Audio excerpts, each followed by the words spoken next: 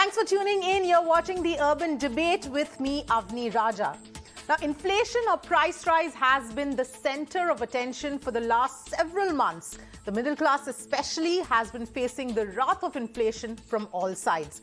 Fuel, cooking gas, food, essentials, non-essentials, you name it, and the price has gone up. CPI, or what we call retail inflation, is around 7%. But breaking that down further, vegetable prices, for example, have shot up much more. Fuel costs are much higher. And even then, this is just one part of it. Now, when we say CPI is at 7%, it encompasses all the goods that you buy. But the pressure on our pockets is not limited to just that. When the cost of goods goes up, it has a ripple effect, and the cost of services also go up. And this is not something that gets reflected in that number of 7%. So that's another layer of pressure. That's still not the whole story. The rupee has seen a significant fall. This comes with its own set of issues. If you want to study abroad or planning to travel overseas, all of that gets expensive. So essentially, any product even where a part of it is imported, that all gets expensive. And finally, let's talk about your finances. Interest rates on your small saving schemes like PPF, EPF, senior citizen saving schemes, among others, have all reduced. You're also shelling out more for your EMIs every month because the Reserve Bank of India has been increasing interest rates and is likely to continue to do so. Ironically, it's a step that has to be done to curb inflation, but it means higher EMIs. You might think that if RBI hikes rates, at least it means that your fixed deposit interest is going to go up. And yes, you'd be right there. But the interest that you're getting on your FD is anywhere between 5 to 5.5% or 6% even on an average.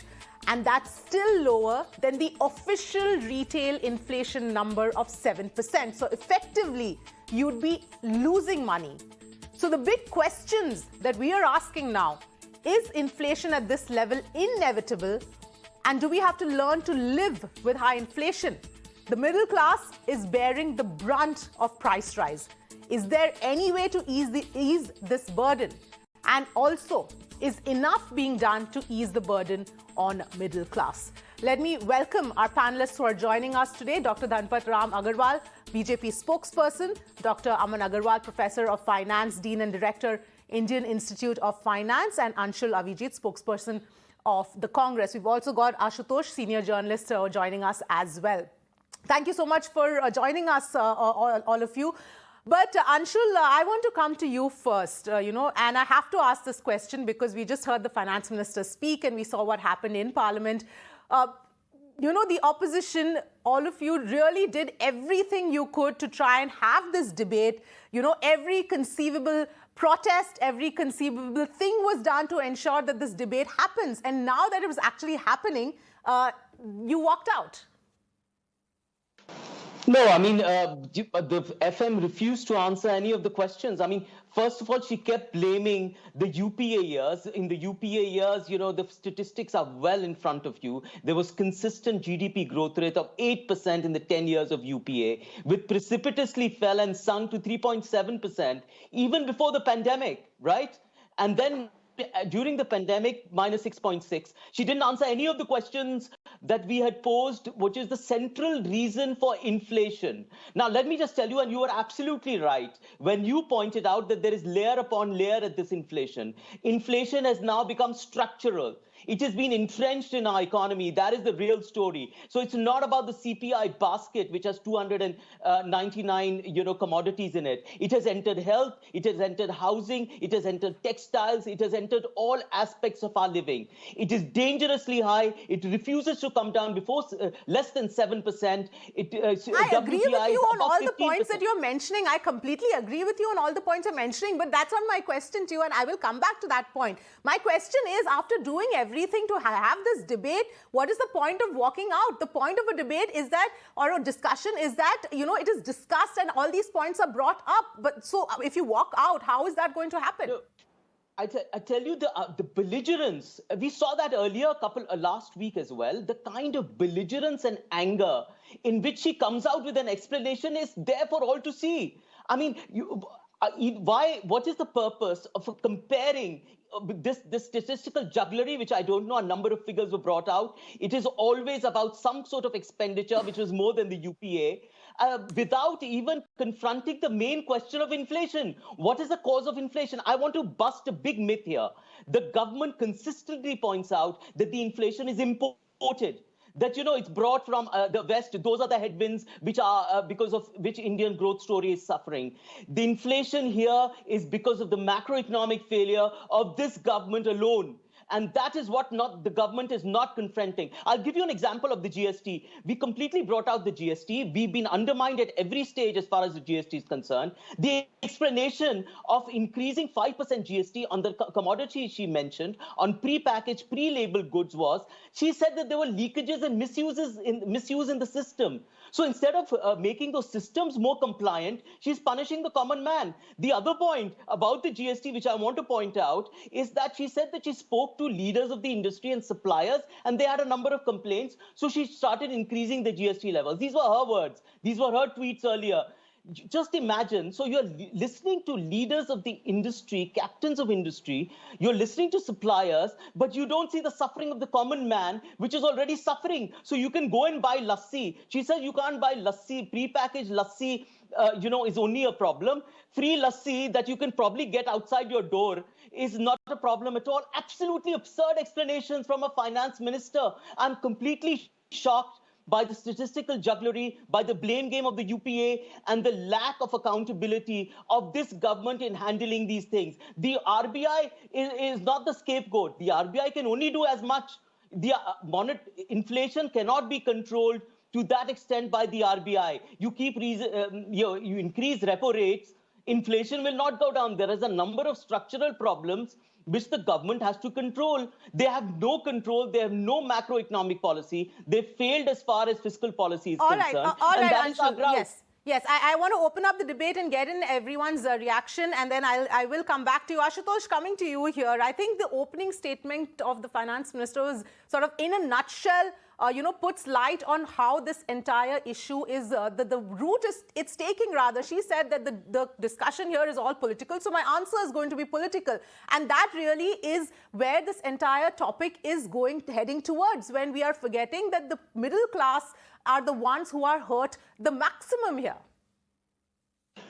See, the finance minister is also a politician, and obviously this when the price rise becomes a political issue, obviously her answer will be political. But the fundamental problem with the finance minister's speech is that she has not addressed the singular question, and the singular question is why the price rise is happening and why this is going skyrocketing. She has not answered that question. When she's saying that the loose milk, there is no GST on that, but there is a branded milk, there's a GST. See, in which world she is living in, I don't understand, because the word in India and abroad is moving slowly and deliberately towards an inflated middle class. And even a salaried class, they also, for the quality product, they're also going for the branded ones. So if she's saying that the branded milk is, there is the GST on the branded milk, not on others, I don't understand that. And then she has, what is baffling on, what is most surprising about her speech today is that she's blaming pandemic, second wave of the COVID, Omicron, Russia and Ukraine. I can understand that. In America is also facing the Britain is also facing the high inflation. But what about the pre-pandemic economy? The pre-pandemic economy was virtually in a bad shape, and 8 successive quarters, the economy has gone down. The GDP has gone down, and it has gone down in the last quarter. Before the pandemic started, was 3.7. Who is to be blamed for that? In 2019, the biggest issue was the unemployment in the last 45 years. That issue has not been addressed yet. So the finance minister, instead of blaming opposition, instead of blaming UPA government, she should have addressed the singular issue: why economy has gone down. She has inherited the NDA government has inherited good economy in the sense in 2014, 2015, 2016, and even up to 2016, economy was growing at the rate of 8%. But since the Prime Minister has announced demonetization, it is going down, and so there is no respite. So Yeah, yes. unless you address that, because country wants to know when we can have a relief from the high from the high Right. inflation and the price rise. She not answered that. Yes, absolutely. In fact, let's get in the economic perspective here and go to Professor Agarwal. In your perspective, what are we really looking at here? I mean, it is one thing, and let's understand, of course, that it is inflation is an issue which we're seeing worldwide, and so India is also facing it. But how much can that constantly be used as an excuse? And like the question that Ashutosh was asking, why is this happening? You see, there are two components to your question. Firstly, when you're looking at inflation, India and inflation worldwide, there's a lot of difference in what is happening in the United States, Canada, UK, and other part of the world of bulging inflation, where the levels of inflation have gone almost hayway to about 6, 7, or 8 times of what the normal inflation has used to be, hovering between 1 to about 2.5%. There, most of their benchmarks have crossed to 8, 9%. In some countries, even 30, 40%. So, the inflation there is primarily because of fiscal spending being done by their governments between 2020 to 22. And that is where even the Fed has been trying to control it, and they are unable to control the way inflation is bunching because of the excessive money supply supplied during these two specific years. In India, we did not fortunately have that kind of fiscal spending. We did have fiscal spending, but not to that level. And as a result, that part is taken care of. But then we have infused inflation because of oil price rise, which is there. And I think the government has ways to control it also, but the government has not utilized those means to go about controlling those in terms of oil price rise, which could have been very well controlled by the government here. So there is this infused inflation because of oil push inflation and not because of fiscal spending inflation in India. Second part is that if you look at the inflation levels, even the Planning Commission way back in 2010 or so, they got a report committed, which clearly showed that the inflation levels had hovered around 8, 9, 10% in the previous decade to that. And so we have got used to an inflation level of 8, 9, 10, 11, 12% at times in the past. So if you're having an inflation of about 6.5%, 7%, which is only about a marker and a half up, then what the inflation RBI is targeting, I think we should not panic it out. And we have already seen in the last 2 months that there has been a respite in the level of inflations, which have been in terms of growth of inflation, which these numbers of 6.5%, 7%, 7.1%, and so there has been a respite which is being felt. There is a growth. As far as GDP numbers are concerned, I think the world has acknowledged the fact. In fact, IMF also came out, the executive director IMF came out about 2 or 3 weeks back, clearly stating that not only is the world surfacing the food security problem, India will not. They also came out with the fact that the GDP growth rate numbers have gone down. Most agencies are reducing the GDP growth numbers, as has been done by RBI. But India will still far be the fastest growing economy in the world. So, we are living in a global village. We have to take into account the way things are growing up. And if you look at even the PMI numbers and others, which are there in manufacturing index and other indexes which are there, consumer confidence index, if you really look at them, they have been going up. Even unemployment levels in India, surprisingly, has been going down, whereas, the world is seeing a completely reverse trend where the unemployment levels have crossed the bars for every country across the globe. Yes. And in the United States, only yesterday or day before came out with the figures of GDP clearly showing that they have slipped into recession, which is a 2-quarter negative downturn in GDP, which is clearly visible in the United States now. And now we are seeing United States going into recession, and we will see some of the other developed countries also moving into recession if the trends remain the same. Yes, India, absolutely. Dr. Agarwal, I want to go across to Dr. Dhanpat as well and get his perspective here. Dr. Dhanpat, thank you for waiting by patiently. You've heard what all our panelists have to say. And at this point in time, my question to you is, if we look at the sentiment of the middle class, it is very clearly that they feel that it is left out or not shielded enough from the inflation, because if you look at the kind of things that have been announced for the economically weaker sections of society, and of course the HNI segment, they don't have much to worry about in any case. It is the middle class who feel that they are bearing the brunt of it.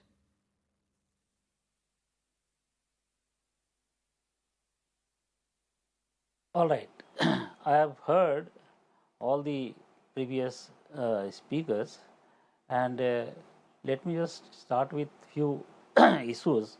Number one is on the GST, because I have heard from some of my other colleagues that GST is because there is a increase in the GST because of the brand or non-brand. But let me make it very clear that the increase of in GST by 5%, that was mainly because that earlier it was on the branded goods, and now it is on the criteria of below 25 kg or above 25 kg.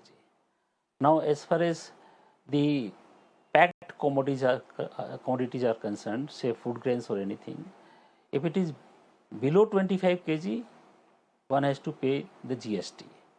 If it is above 25 kg, then there is no GST.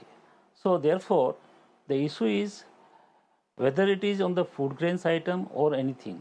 So middle class is not likely to be impacted with the increase of the GST rate on the food grains or any other such items. So that is one side of it. That there is a confusion even in the previous speaker who said that the GST has an impact on the branded goods. Now the correction which has been made by the finance minister on this notification on the after 32nd GST Council is that earlier it was on the branded goods and not on the unbranded goods, and there was a confusion. So therefore it was decided that okay, anything below 25 kg there will be GST, but anything above 25 kg they will not be subject to any GST. That is number one. Now the question is about the inflationary impact. Now my previous speaker has also correctly said that the inflation is largely due to the crude prices. We know that the crude prices in the previous year in 21 was average $70, which has gone up to on an average of $100 in this year. So largely it is because of that. Now inflation can be controlled either on the demand pull inflation basis through the RBI monetary policy or by the supply side management. Government of India has done enough through the RBI monetary policy by increasing repo rate marginally so that it does not impact the people, because the investors are likely to be impacted if the interest rate goes up very high. So it has gone a midway by controlling the inflation through the RBI monetary policy as well as through the supply side management. So for supply side management, government has reduced import duty on certain essential items and have also imposed export duty on certain items because the steel prices were going up. Now because of all these measures, the inflation has been controlled. Even Rangarajan, the previous RBI governor, he has also given a statement today that the government has managed the things in such a manner that the food price inflation as well as the retail price inflation has been going down. From the NSO data also shows that the inflation has come down from the previous May to June to around 7% only.